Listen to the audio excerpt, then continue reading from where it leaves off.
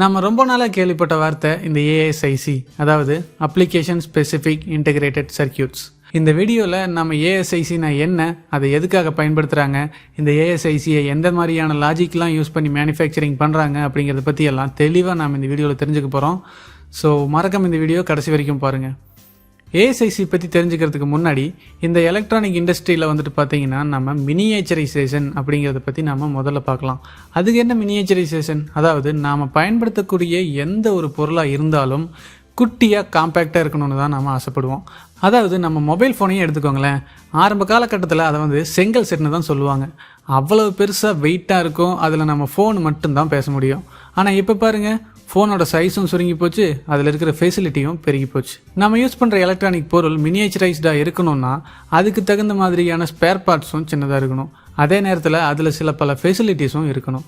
அதாவது ரொம்ப அதிகப்படியான லாஜிக்கல் ஆப்ரேஷன்ஸை சின்ன அளவுள்ள காம்பனன்ட்ஸ் மூலமாக கொடுக்கறது தான் நம்ம மினியேச்சரைசேஷன் அப்படின்னு சொல்லி நம்ம சொல்கிறோம். முதல்ல மூர்ஸ் லா பற்றி பார்த்துடலாம். மூர்ஸ் லாங்கிறது என்னன்னு எல்லாருக்கும் தெரியும்னு நினைக்கிறேன்.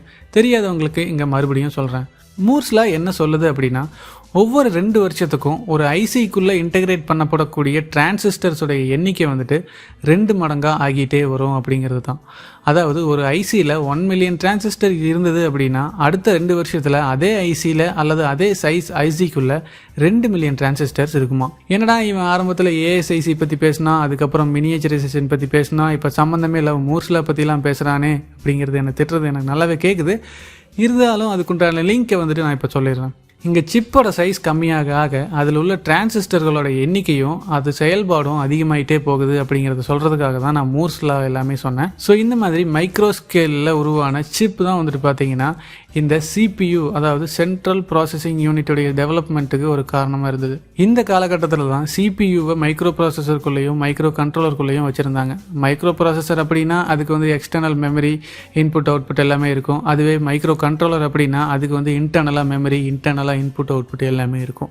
நமக்கு ஈஸியாக புரிகிற மாதிரி சொல்லணும் அப்படின்னா, மைக்ரோ ப்ராசஸரும் மைக்ரோ கண்ட்ரோலரும் எந்த விதமான அப்ளிகேஷன்ஸுக்கும் எந்த விதமான இண்டஸ்ட்ரிக்கும் பயன்படுத்தலாம்.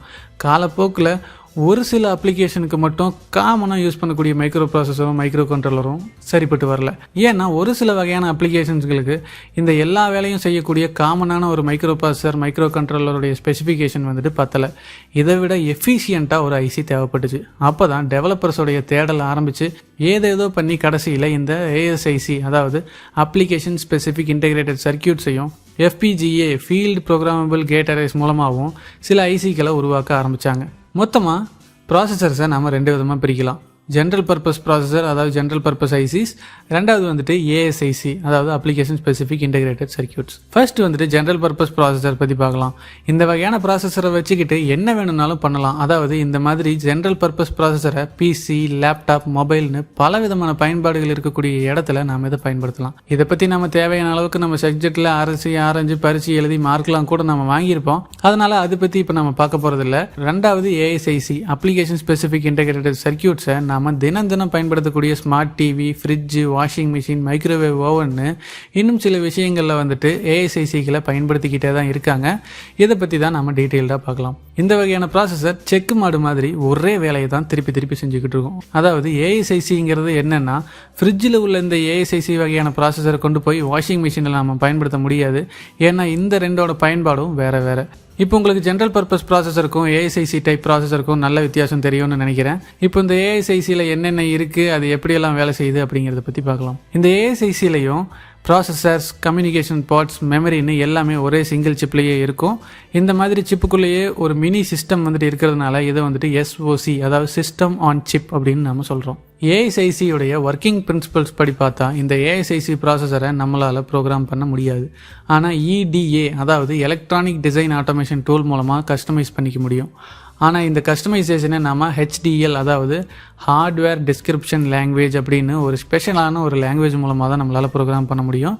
இந்த HDL நம்ம ஏஐசிசி லாங்குவேஜ் அப்படின்னு கூட நம்ம சொல்லிக்கலாம். ஸோ எந்த அளவுக்கு ஒரு ஐசியை நம்ம கஸ்டமைஸ் பண்ணி பயன்படுத்துகிறோமோ அதை பொறுத்து அந்த ஏஐசிசியை 3 விதமாக நாம் பிரிக்கலாம். ஒன்று வந்துட்டு பார்த்தீங்கன்னா ஃபுல் கஸ்டம் ஏஎஸ்ஐசி, 2 செமி கஸ்டம் ஏஎஸ்ஐசி, 3வது ப்ரோக்ராமபிள் ஏஎஸ்ஐசி. முதல்ல ஃபுல் கஸ்டம் ஏஎஸ்ஐசி பற்றி பார்க்கலாம். எந்த ஒரு வகையான டேட்டாவாக இருந்தாலும் சிப்பில் நாம் ஸ்டோர் பண்ணணும்னா அது வந்து லாஜிக் செல்ஸில் தான் ஸ்டோர் ஆகும். இதை வந்து நம்ம அரேன்னு கூட சொல்லிக்கலாம். ஃபுல் கஸ்டம் ஏஐசிசியில் வந்துட்டு லாஜிக் செல்ஸ் எல்லாமே, அதாவது ப்ரோக்ராமர் வந்து சிப்புடைய இன்டர் கனெக்ஷனை கஸ்டமைஸ் பண்ண முடியாது. இந்த full custom ASIC processors memory, sensors, power management ICs, analog processors, அப்புறம் வந்துட்டு மைக்ரோ ப்ராசஸர், இது எதில் வேணாலும் நம்ம பயன்படுத்தலாம். இதோட ஃபீச்சர்ஸ்னு பார்த்தோம் அப்படின்னா இது வந்து ரொம்பவே ஹை காஸ்ட், காம்ப்ளெக்ஸ் டிசைன்.